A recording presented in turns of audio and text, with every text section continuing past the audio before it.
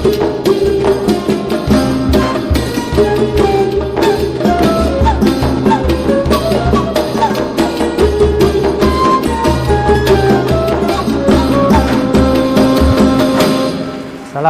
warahmatullahi wabarakatuh. Alhamdulillahirabbil alamin wassalatu wassalamu ala nabiyina Muhammadin wa ala alihi washabihi ajmain, amma ba'd. Puji syukur kepada Allah Subhanahu wa taala atas segala limpahan rahmat, hidayah dan taufiknya kepada kita, sehingga dengan kenikmatan-kenikmatan tersebut kita masih sebagai seorang muslim. Namun yang dirahmati oleh Allah, terkadang kita lupa kapan kita mulai mengikrarkan diri menjadi seorang muslim. Tapi kita bisa mengingatnya kapan usia kita saat menjadi seorang mukallaf. Ketika kita sudah mengikrarkan diri sebagai seorang muslim, maka terikatlah kita kepada perintah-perintah yang Allah berikan kepada kita, yang harus kita laksanakan melalui contoh yang Nabi berikan untuk kita. Allah berfirman dalam surat Al-Hasyr sebagai legitimasi kewajiban kita untuk mengikuti apa yang Rasul perintahkan untuk kita, yakni dalam surat Al-Hasyr ayat 7, A'udzu billahi minasyaitonir rajim. Wa ma atakumur rasulu fakhudhuhu wa ma nahakum anhu fantahu. Apa yang diberikan Rasul kepadamu maka terimalah, dan apa yang dilarangnya bagimu maka tinggalkanlah. Ayat ini menegaskan kepada kita akan kewajiban kita untuk mengikuti apa yang Rasul contohkan bagi kehidupan kita. Begitu juga sebaliknya, kita juga harus meninggalkan segala hal yang telah Rasul larang untuk kita. Pemirsa yang dirahmati oleh Allah, dalam sebuah hadis Rasul menerangkan kepada kita untuk mengikuti atau untuk melakukan perintah Rasul sesuai dengan kemampuan yang kita miliki. Diriwayatkan dari Abu Hurairah radhiyallahu anhu, ia mendengar Rasulullah sallallahu alaihi wasallam bersabda, "Man haitukum anhu fajtanibuhu wa ma amartukum bihi fa'tu minhu mastata'tum wa inna ma ahlakal ladina min qablikum kasratu masailihim wa ikhtilafuhum ala anbiya'ihim." Apa yang aku larang hendaklah kalian menjauhinya. Apa yang aku perintahkan maka lakukanlah semampu kalian. Sesungguhnya binasanya orang-orang sebelum kalian adalah karena mereka banyak bertanya dan karena penentangan mereka terhadap para nabi mereka. Hadis riwayat Muslim. Ada 3 pokok hal yang harus kita lakukan sesuai dengan hadis ini. Yang pertama adalah kita harus segera mungkin menjauhi segala yang Rasul larang agar tidak kita lakukan. Kita tidak perlu bertanya mengapa Rasul melarang hal itu. Kemudian yang kedua, kita harus berusaha melakukan perintah-perintah Rasul sesuai dengan kemampuan kita. Dan yang ketiga adalah kita tidak perlu bertanya terhadap apa yang Rasul lakukan. Kemudian dengan jawaban yang Nabi mereka berikan, justru mereka kemudian melakukan penentangan. Dan inilah yang menjadikan para umat terdahulu itu hancur. Pemirsa yang dirahmati oleh Allah,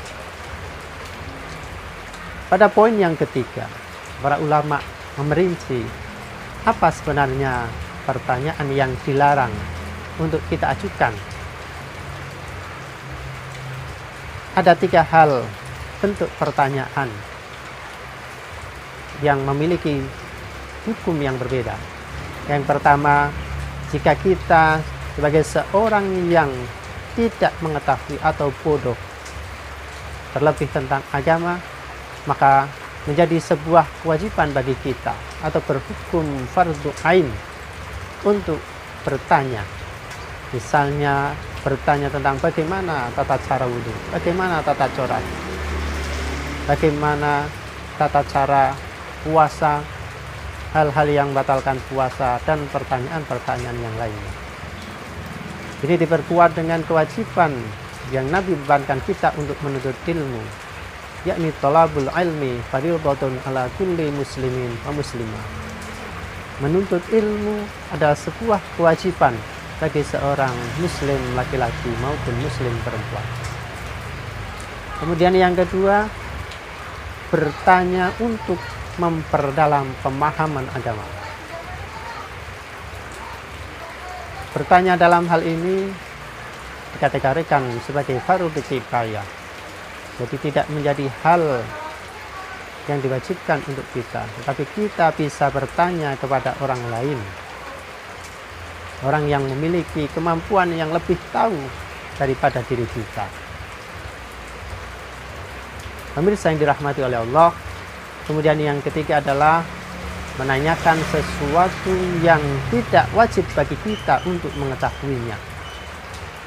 Pertanyaan ini sebisa mungkin kita hindari, karena ketika kita semakin bertanya justru akan menyulitkan diri kita sendiri.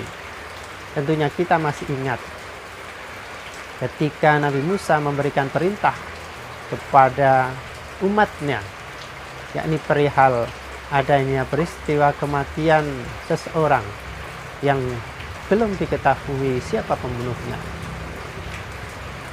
Allah mengabadikan kisah ini dalam surat Al-Baqarah ayat 67 sampai 71. Nabi Musa memerintahkan umatnya untuk menyembelih seekor sapi, tapi umatnya menjawab, apakah engkau akan menjadikan kami bahan burowan? Kemudian umatnya bertanya, tunjukkan kepada kami seperti apa sapi yang engkau maksud itu.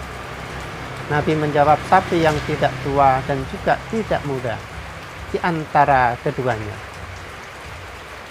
Kemudian bertanya lagi, hal ini belum jelas bagi kami. Nabi Musa menerangkan kembali, sapi yang warnanya kuning dan engkau senang jika melihatnya. Kemudian bertanya lagi, sayap kami belum jelas. Yakni Nabi Musa menjawab, sapi yang tidak pernah digunakan untuk membaca, yakni tidak digunakan untuk bekerja, serta tidak ada kecacatan pada sapi itu. Seandainya umat Nabi Musa itu tidak bertanya, maka menjadi mudahlah bagi mereka untuk melaksanakan perintah Nabi Musa itu. Perintah untuk menyembelih sapi, cukup cari saja sapi dan disembelih, lalu sampaikan kepada Nabi Musa.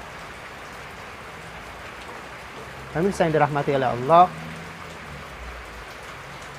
Rasul juga pernah mengalami hal yang sama ketika seorang sahabat bertanya tentang pelaksanaan ibadah haji. Seorang sahabat bertanya, apakah haji yang kita tunaikan ini harus kita lakukan setiap tahun, wahai Rasul? Saat itu Rasul bertanya, saat itu Rasul berdiam diri, tidak menjawab pertanyaan sahabat tersebut. Sehingga sahabat tersebut juga bertanya lagi, wahai Rasul, apakah haji ini harus kami lakukan setiap tahun? Kemudian Rasul menjawab bahwa Rasul mendiamkan pertanyaan yang diajukan oleh sahabat tersebut sebagai bentuk kasih sayang bagi kalian. Maka janganlah bertanya mengenainya.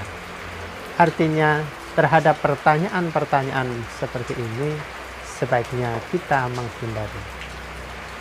Pemirsa yang dirahmati oleh Allah, hadis ini juga menunjukkan betapa mudahnya kita menjadi seorang muslim, diberikan kemudahan oleh Allah melalui Rasulnya untuk melaksanakan perintah-perintah Rasul sesuai dengan kemampuan yang kita miliki, dan kita berusaha untuk, dan kita diberikan kemudahan agar segala yang Rasul perintahkan untuk kita agar tidak menyulitkan kehidupan kita. Semoga dapat bermanfaat. Nasrul minallah wa fatun qarib. Wassalamualaikum warahmatullahi wabarakatuh.